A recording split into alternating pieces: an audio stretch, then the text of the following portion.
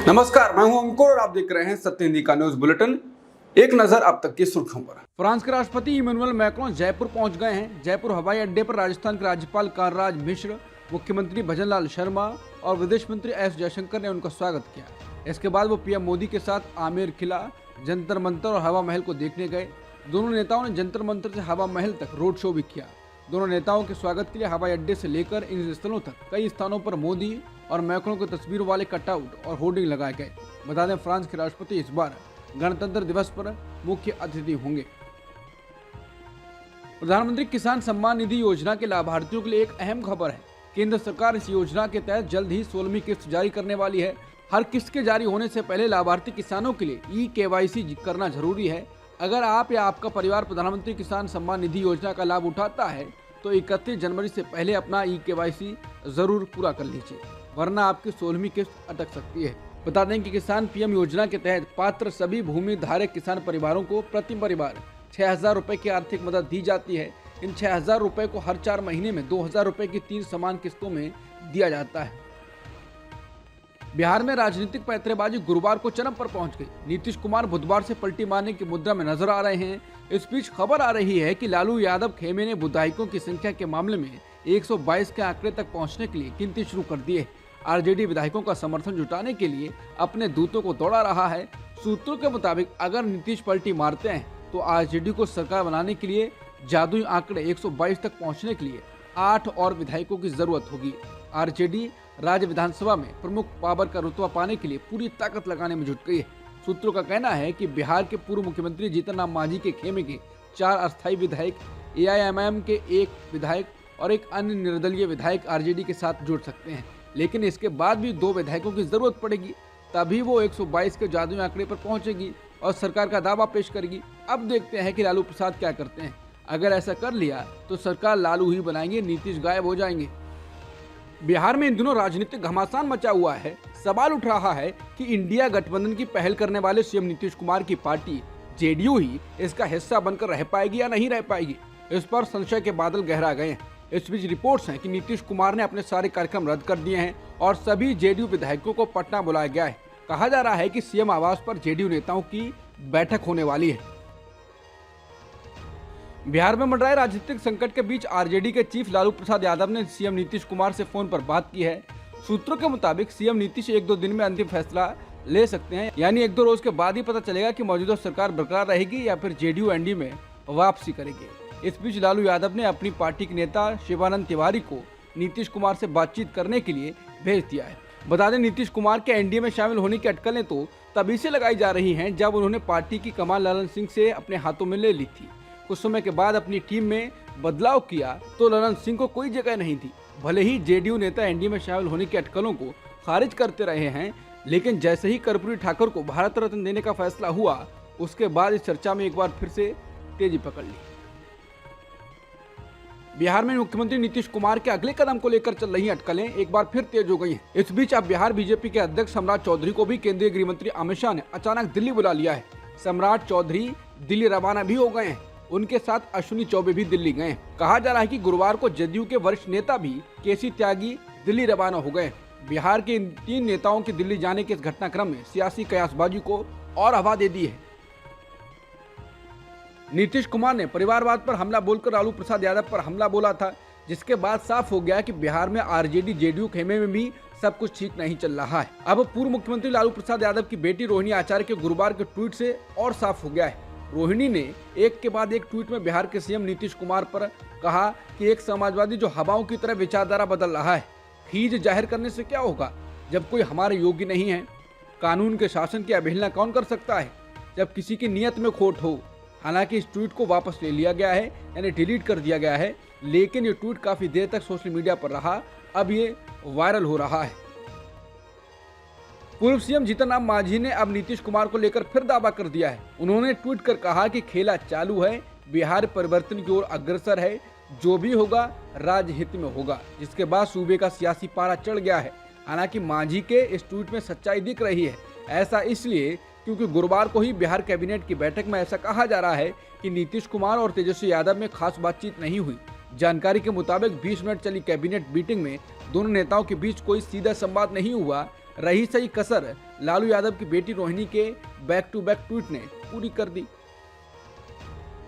JDU नेता केसी त्यागी ने कहा है कि इंडिया गठबंधन सलामत है, गठबंधन में सब सही है। उनसे जब पूछा गया कि एनडीए में जाएंगे, इसके जवाब में उन्होंने कहा कि अभी कुछ ऐसा नहीं है। रोहिणी आचार्य के ट्वीट को लेकर उन्होंने कहा कि बच्चों की बातों पर हम कमेंट नहीं करते हैं। नीतीश कुमार के द्वारा परिवारवाद पर हमला बोलने को लेकर उन्होंने कहा कि वो लालू जी या सोनिया जी के बारे में नहीं था, वो कर्पूरी जी की तारीफ कर रहे थे। टीएमसी नेता और राज्यसभा सांसद डेरेक ओब्रायन ने कहा है कि इंडिया गठबंधन के दो मुख्य विरोधी हैं, बीजेपी और अधीर रंजन चौधरी। उन्होंने कहा कि अधीर बीजेपी की भाषा बोलते हैं।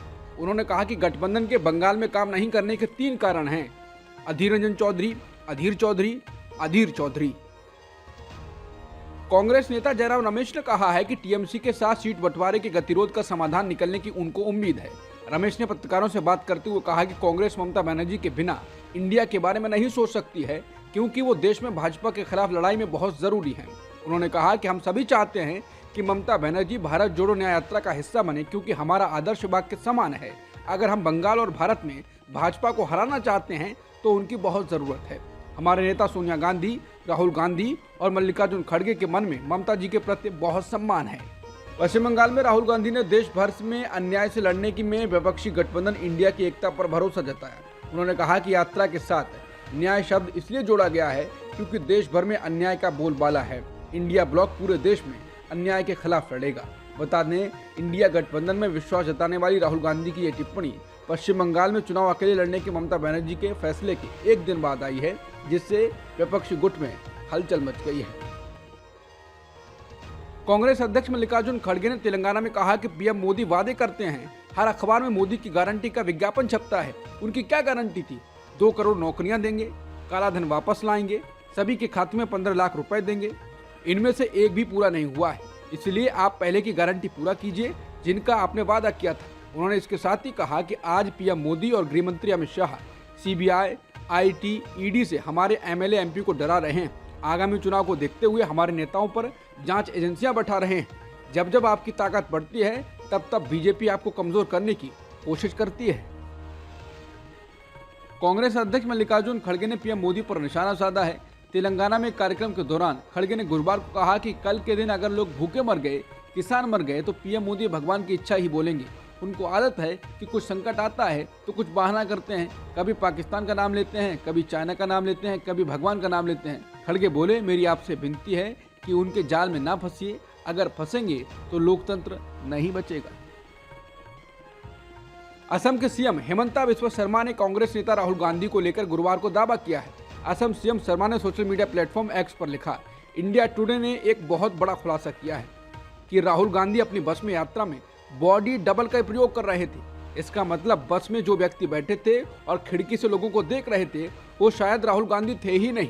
शर्मा ने वीडियो रिपोर्ट का जिक्र करते हुए दावा किया कि बस के सामने जो राहुल गांधी हैं वो राहुल नहीं है। अंदर में 8 लोगों के बैठने का एक कमरा है, वो कमरे में बैठते हैं, बाहर वो बॉडी डबल इस्तेमाल करते हैं। इस पर कांग्रेस की प्रवक्ता सुप्रिया श्रीनेत ने ट्वीट कर कहा, पगला गए हो तुम हेमंता, सदमा गहरा लगा हुआ है। असम के सीएम हेमंता बिस्वा शर्मा ने हाल ही में कहा कि राहुल गांधी को लोकसभा चुनाव के बाद गिरफ्तार करेंगे। उनके खिलाफ एफआईआर भी दर्ज हो गई है। इसके बाद कांग्रेस नेता प्रियंक खड़गे ने ट्विटर पर सवाल पूछा। प्रियंक खड़गे ने शर्मा को सोशल मीडिया पर टैग करके पूछा, लोकसभा चुनाव तक इंतजार क्यों करना? अगर राहुल गांधी ने कानून को तोड़ा है तो आगे बढ़िए और कदम उठाइए। आप ऐसा नहीं करेंगे क्योंकि आपको पता है कि राहुल गांधी सच बोलते हैं। आप मणिपुर में अपने पड़ोसियों के लिए खड़े नहीं हुए और असम के लोगों को लूट रहे हैं। शर्मा ने इस ट्वीट पर जवाब दिया, भाई चुनावों के दौरान हमें राहुल गांधी की जरूरत है। प्रधानमंत्री मोदी ने उत्तर प्रदेश के बुलंदशहर में 19,000 करोड़ से ज्यादा रुपए की कई विकास परियोजनाओं का उद्घाटन किया। इन परियोजनाओं में रेल, सड़क, जल शक्ति और औद्योगिक विकास शामिल है। इस मौके पर यूपी के सीएम योगी आदित्यनाथ भी मौजूद रहे। समाचार एजेंसी पीटीआई के मुताबिक पीएम मोदी ने इस मौके पर कहा, जब सरकार सभी लाभार्थियों तक पहुंचती है तब भेदभाव, भ्रष्टाचार की कोई गुंजाइश नहीं रह जाती। यही है सच्ची धर्मनिरपेक्षता, सामाजिक न्याय। केरल विधानसभा के 10वें सत्र के पहले दिन राज्यपाल आरिफ मोहम्मद खान ने अपना संबोधन महज 1 मिनट 15 सेकंड में खत्म कर दिया। राज्यपाल के इस कदम से एक बार फिर वामपंथी मोर्चे वाली राज्य सरकार के साथ उनका तनाव खुलकर सामने आ गया है। इन मौकों पर राज्यपाल संवैधानिक नियमों के तहत अपने संबोधन में राज्य सरकार को मेरी सरकार कहकर संबोधित करते हैं, लेकिन राज्यपाल खान इससे बिल्कुल बचते नजर आए। राज्यपाल ने 61 पन्नों के भाषण में से आखिरी पैराग्राफ पढ़ा। ऐसा कहा जा रहा है कि सरकार की नीतियों पर ये सबसे छोटा संबोधन है। वहीं विपक्षी कांग्रेस के नेतृत्व वाले यूडीएफ ने कहा है कि राज्यपाल ने विधानसभा का अपमान किया है। कर्नाटक के पूर्व मुख्यमंत्री जगदीश शेट्टार फिर से बीजेपी में लौट आए हैं। पिछले साल कर्नाटक विधानसभा चुनाव से पहले कांग्रेस में शामिल हो गए थे। राजनीतिक रूप से प्रभावशाली लिंगायत समुदाय से आने वाले शेट्टार ने विधानसभा चुनाव में टिकट नहीं मिलने पर भाजपा छोड़ दी थी, लेकिन अब लोकसभा चुनाव से पहले हालात बदल गए हैं। बीजेपी सीटें जीतने के लिए एडी चोटी का जोर लगा रही है। चुनाव से ऐन पहले फिर से जगदीश शेट्टार गुरुवार को भाजपा में लौट आए हैं। जगदीश शेट्टार के बीजेपी में दोबारा शामिल होने पर कर्नाटक के मंत्री और कांग्रेस नेता प्रियंक खड़गे ने कहा है, ये बहुत स्पष्ट है कि कर्नाटक में बीजेपी के पास नेतृत्व की कमी है। उन्हें अपने नेतृत्व की वर्तमान स्थिति पर भरोसा नहीं है, इसलिए उन्हें शेट्टार की जरूरत है। उनके बीजेपी में जाने का मतलब जितना है उससे कहीं ज्यादा गहरा होगा। जो भी हो, कांग्रेस किसी पर भी निर्भर नहीं है, केवल अपने स्थानीय नेताओं पर निर्भर है। उन्होंने कहा, ये पार्टी के लिए कोई बड़ा झटका नहीं है, जैसा कि मीडिया बता रहा है। मध्य प्रदेश के मुख्यमंत्री मोहन यादव के गृह जिले उज्जैन में गुरुवार को सरदार वल्लभ भाई पटेल की प्रतिमा को ट्रैक्टर से कुचल डाला गया। प्रतिमा नहीं टूटी तो सबलों और पत्थरों से उसे तोड़ा गया। पूरे बवाल में काफी संख्या में महिलाएं भी शामिल नहीं। संबंधित थाने के एसएचओ भीम सिंह देवड़ा को सस्पेंड कर दिया गया है। घटना को लेकर प्रशासन ने भीम आर्मी से जुड़े लोगों पर आरोप लगाए। प्रशासन का कहना है कि इस घटना में भीम आर्मी के नेता शामिल हैं। बता दें, उज्जैन जिले की मकड़ोनिया पंचायत में पाटीदार समाज और भीम आर्मी के बीच लंबे समय से टसल चल रही है। पंचायत में खाली पड़ी जगह पर भीम आर्मी बाबा साहेब अम्बेडकर का प्रतिमा लगाने की मांग कर रही है, जबकि पाटीदार समाज के लोग सरदार पटेल की प्रतिमा स्थापित करना चाह रहे हैं। लेकिन इसी बीच पाटीदार समाज के लोगों ने बुधवार रात खाली पड़ी जगह पर सरदार पटेल की प्रतिमा स्थापित कर दी। इसके बाद इस बात की भनक भीम आर्मी से जुड़े लोगों को लगी तो उसके झंडे तले गुरुवार सुबह लोग जमा हो गए और उन्होंने भी वो कर डाला जिसकी कल्पना प्रशासन ने शायद ही की हो। 2-3 महीने बाद होने वाले लोकसभा चुनाव में राम मंदिर उद्घाटन का असर कितना होगा, इस संदेह को दूर करने की भी पूरी तैयारी लगती है। राम मंदिर की भावना को कमजोर नहीं होने देने के लिए कई स्तर पर तैयारियां की जा रही हैं। इन्हीं में से एक प्रमुख योजना तो ये है कि देश भर से लाखों लोगों को राम मंदिर की तीर्थ यात्रा कराई जाए। राम मंदिर के आसपास व्यापक गतिविधि बनाए रखने के उद्देश्य से आरएसएस और भाजपा सहित संघ की विभिन्न शाखाएं आने वाले महीने में 50 लाख से अधिक लोगों को मंदिर के दर्शन के लिए अयोध्या ले जाएगी। सामूहिक तीर्थ यात्रा कार्यक्रम 17 अप्रैल को पड़ने वाली रामनवमी तक जारी रहेगा। यह वही समय है जब लोकसभा चुनाव के लिए मतदान हो रहे होंगे या खत्म होने होंगे। अयोध्या के श्री राम मंदिर में दूसरे दिन भी बड़ी तादाद में श्रद्धालु दर्शन के लिए पहुंचे। 2.5 लाख से अधिक श्रद्धालु बुधवार को श्री राम मंदिर दर्शन के लिए पहुंच गए।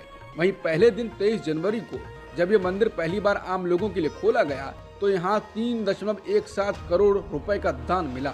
राज्य सरकार की ओर से जारी एक बयान में जिला मजिस्ट्रेट नीतीश कुमार ने बताया कि प्रतिष्ठा समारोह के बाद दूसरे दिन बुधवार को रात 10 बजे तक 2.5 लाख से अधिक भक्तों ने मंदिर में दर्शन किए। वहीं पहले दिन 5 लाख लोगों ने दर्शन किए थे।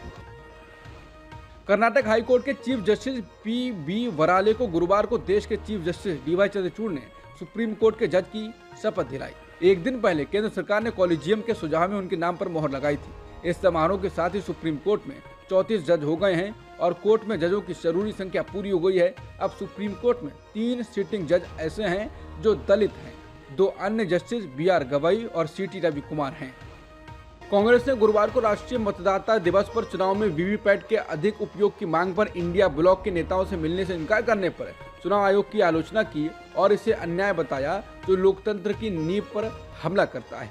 कांग्रेस अध्यक्ष मल्लिकार्जुन खड़गे ने यह भी कहा कि नेशनल वोटर्स डे अपने प्रतिनिधियों को चुनने की स्वतंत्रता का प्रयोग करके अपने भाग्य का निर्धारण करने की लोगों की शक्ति की पुष्टि करता है। एक्स पर एक पोस्ट में जयराम रमेश ने चुनाव आयोग के द्वारा इंडिया गठबंधन से मिलने से मना करने पर कहा है, ये दुख की बात है कि ये स्वतंत्र संस्थान इंडिया ब्लॉक से संबंधित नेताओं के एक प्रतिनिधि मंडल से मिलने से इनकार कर रहा है, जो केवल मतदाताओं द्वारा वोट डालने पर वीवीपैट के अधिक से अधिक उपयोग पर अपनी बात रखना चाहते हैं।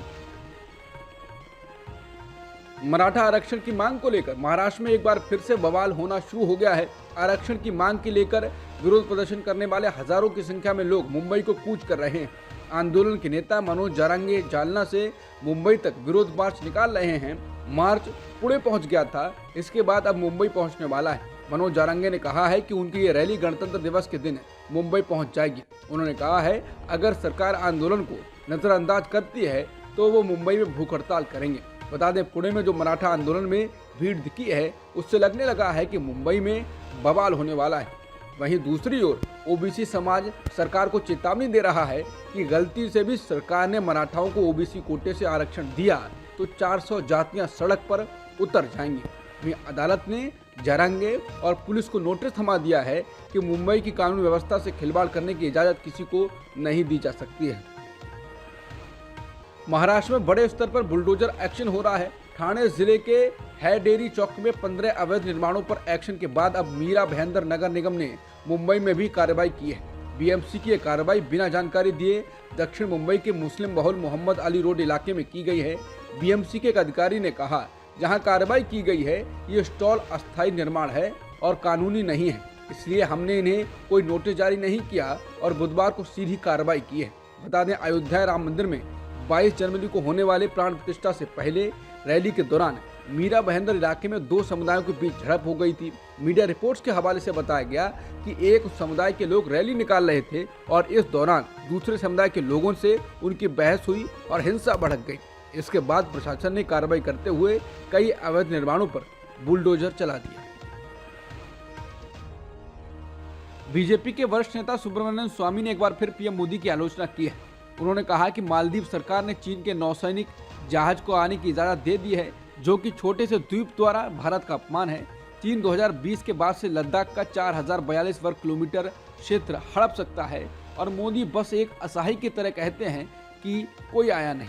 उन्होंने कहा, मोदी के मार्गदर्शन मंडल में जाने का समय आ गया है। मालदीव के 2 विपक्षी पार्टियों के मुख्य नेताओं ने भारत को सबसे लंबे समय का साथी बताते हुए मुइज़्ज़ सरकार के भारत विरोधी रुख पर चिंता जताई है। मालदीव डेमोक्रेटिक पार्टी यानी एमडीपी और डेमोक्रेट्स दोनों पार्टियों का भारत के लिए खुला समर्थन ऐसे समय आया है जब एक दिन पहले नई मालदीव सरकार ने हिंद महासागर में चीन के रिसर्च और सर्वे वाली जहाज को मालदीव के पोर्ट पर डॉक करने की अनुमति दी है। मालदीव की सरकार का ये चीन की जहाज को डॉक करने की इजाजत देने का ये फैसला ऐसे समय लिया गया है जब भारत और मालदीव के बीच तनाव चल रहा है। विपक्षी नेताओं ने कहा कि ऐसा लगता है कि वर्तमान सरकार भारत विरोधी रुख अपना रही है। एमडीपी और डेमोक्रेट दोनों का मानना है कि विकास के भागीदार और खासकर देश के सबसे पुरानी सहयोगी को अलग करना देश के दीर्घकालिक विकास के लिए बुरा साबित होगा। देश की सरकार को मालदीव के लोगों के फायदे और विकास के लिए सभी भागीदारों के साथ काम करना चाहिए, जैसा कि मालदीव पारंपरिक रूप से करता आया है। सऊदी अरब ने कहा है कि वो रियाद में गैर मुस्लिम प्रवासियों के चुनिंदा समूह को शराब बेचने के लिए एक दुकान खोलेगा। 70 साल में ये पहली बार होगा जब सऊदी अरब में शराब बिकेगी। रियाद में शराब की दुकान के ग्राहक सीमित डिप्लोमेटिक स्टाफ होंगे। ये डिप्लोमेटिक स्टाफ सालों से सीलबंद आधिकारिक पैकेज आयात करते रहे हैं। इसे डिप्लोमेटिक पाउच कहा जाता है। सऊदी के अधिकारियों का कहना है ये दुकान शराब के अवैध व्यापार को रोकेगी। सऊदी अरब में शराब पर प्रतिबंध 1952 से है। तब किंग अब्दुल अजीज के बेटे ने शराब के नशे में एक ब्रिटिश डिप्लोमेट की गोली मारकर हत्या कर दी थी। भारतीय टेनिस खिलाड़ी रोहन बोपन्ना और मैथ्यू एबडेन की जोड़ी ऑस्ट्रेलियन ओपन के फाइनल में पहुंच गई है। उन्होंने चेक गणराज्य के टेनिस खिलाड़ी टॉमस मखाज और चीन के जैंग जिजेन को सेमीफाइनल मुकाबले में हरा दिया है। 3 मैच के सेट में रोहन बोपन्ना और मैथ्यू एबडेन की जोड़ी ने टॉमस मखाज और जैंग जिजेन को 6-6, 3-6 और 7-6, 10-7 से हराया। इससे पहले जब रोहन बोपन्ना और मैथ्यू एबडेन की जोड़ी ने सेमीफाइनल के लिए क्वालिफाई किया था, तभी वो मेंस डबल्स की रैंकिंग में वर्ल्ड नंबर 1 बन गए थे। विराट कोहली 2023 के one day cricketer of the year चुने गए हैं। आईसीसी ने एक सोशल मीडिया प्लेटफॉर्म एक्स के पोस्ट में विराट कोहली को प्लेयर ऑफ द टूर्नामेंट बताते हुए लिखा कि भारत के दिग्गज बल्लेबाज को men's ODI cricketer of the year घोषित किया जाता है। रिकॉर्ड के लिहाज से विराट कोहली के लिए 2023 शानदार रहा है। उन्होंने वर्ल्ड कप के सेमीफाइनल में न्यूजीलैंड के खिलाफ 50वां शतक जमा कर सचिन तेंदुलकर का रिकॉर्ड तोड़ दिया था। अब तक की सुर्खियों में इतना ही। बाकी खबरों के लिए बने रहिए सत्यहिंदी.com के साथ।